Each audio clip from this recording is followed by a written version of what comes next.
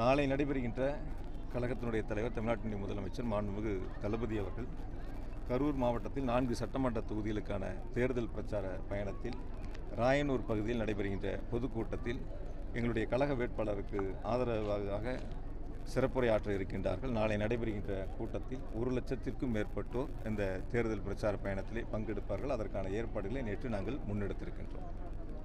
வேறு ஏதாவது? எதிர்கட்சியினர் நீங்கள் பயந்துட்டு தான் போயிட்டீங்க அப்படிங்கிற பிரச்சாரத்தில் இருக்கிட்டு வராங்க. அதை பற்றி என்ன நினைக்கிறீங்க? கரூர்லேருந்து அரவக்குறிச்சி போனப்போ என்ன பயந்துட்டு போனோமான்னு? தலைமை என்ன சொல்கிறது, எங்களுடைய தலைவர் என்ன கட்டளை இடுகிறாரோ அதை செயல்படுத்த வேண்டியதுதான் ஒரு தொண்டனாக என்னுடைய பணியாக நான் கருதுகின்றேன். என் வாழ்நாளில் தலைவர் சொல்லுகின்ற பணிகளைத்தான் செய்வேன். எந்த இடத்திலும் போய் எனக்கு இது வேண்டும் என்று ஒருபோதும் நான் தலைவரிடத்தில் கேட்க மாட்டேன். தலைவர் இடுகின்ற கட்டளையை நான் செயல்படுத்துவேன். கரூரிலிருந்து அரவக்குறிச்சி போகும்போதெல்லாம் அந்த கருத்துக்கள் வரல. இப்போ தோல்வி பயத்தில் இருக்கக்கூடியவர்கள், சாதனை சொல்லி வாக்கு சேகரிக்க முடியாதவர்கள், மக்களிடத்தில் எடுபடாதவர்கள் இது போன்ற கருத்துக்களை முன்வைத்திருக்கின்றார்கள். நிச்சயமாக 4ஆம் தேதி வாக்கு எண்ணிக்கை நாளன்று நீங்கள் பொறுத்திருந்து பாருங்கள். நம்ம எல்லாம் ஒன்றா தான் இருக்க போகிறோம். 4 தொகுதியிலும் உதயசூரியன் வெற்றி என்ற மகிழ்ச்சியான செய்தி நீங்கள் தான் வெளியிடப் போகின்றீர்கள். வெற்றி உறுதி செய்யப்பட்டது. நான் இப்பொழுதே அடித்து சொல்கின்றேன், கரூர் தொகுதி 50,000 வாக்குகள் வித்தியாசத்தில் ஒரு மகத்தான வெற்றி பெறும். இல்லை, நான் இப்போ தான் சொன்னேன், எங்களுடைய தலைவர் என்ன கட்டளை எடுக்கிறாரோ அந்த கட்டளை செய்வோம். கடந்த முறை இருந்த பொழுது கரூரில் இருந்தால் அப்போ அரவக்குறிச்சி நில்லுங்கன்னு சொன்னாங்க. நம்ம அரவக்குறிச்சி அப்போ நிற்கக்கூடிய ஒரு சூழல் ஏற்பட்டது. அங்கேயும் போய் நம்ம ஜெயித்தோம்.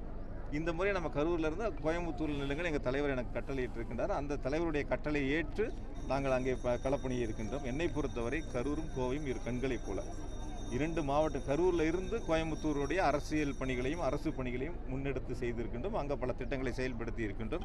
அதுபோல் இப்பொழுது கோவையிலிருந்து கரூரையும் பார்த்துக்கொள்ளப் போகிறோம். 2 மாவட்டங்களும் இரு கண்களைப் போல நிச்சயமாக ஒரு உடம்புல உயிர் இருந்தால் தான் அந்த உடம்பு செயல்படும். என்னை பொறுத்த வரைக்கும் கரூரும் கோவையும் உடலும் உயிரும் போல. இதை விட எனக்கு ஒரு பெரும் பாக்கியம் எதுவும் இருக்காது. என்னை இந்த உலகத்திற்கு அடையாளம் காட்டியது கரூர் மக்கள். ஒரு 31 வயசில் ஒரு இளைஞனாக இந்த மண்ணில் நின்று வாக்கு சேகரிக்கிற பொழுது இவன் நமக்கான பணிகளை செய்வான் என்று வாக்காளர் பெருமக்கள் வாக்களித்து அடையாளம் காட்டினார்கள்.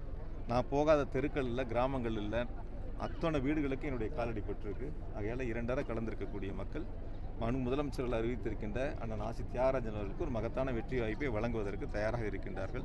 ஆக கரூராக இருந்தாலும் கோவையாக இருந்தாலும் 2 கண்களைப் போல அரசனுடைய திட்டங்களை கொண்டு வந்து சேர்ப்போம். இங்கே என்ன தேவையோ அதை அரசு முதலமைச்சர்கள் வழங்குவார்கள். கோவைக்கும் அந்த திட்டங்களை நாங்கள் செயல்படுத்துவோம். கோவை தெற்கு களம் நல்லா இருக்குது, ரொம்ப நல்லா இருக்குது. நேற்று அலுவலகம் திறக்கப்பட்டது. ஏறத்தாழ 4000க்கும் மேற்பட்டோர் அலுவலக திறப்பு விழாவில் பங்கெடுத்திருக்கின்றார்கள். இன்று மாலை பிரச்சாரத்தை நாங்கள் தொடங்க இருக்கின்றோம். ஆகையால் அந்த தேர்தல் களம் என்பது மிக சிறப்பாக இருக்கிறது. வெற்றி என்பது உறுதி செய்யப்பட்டது.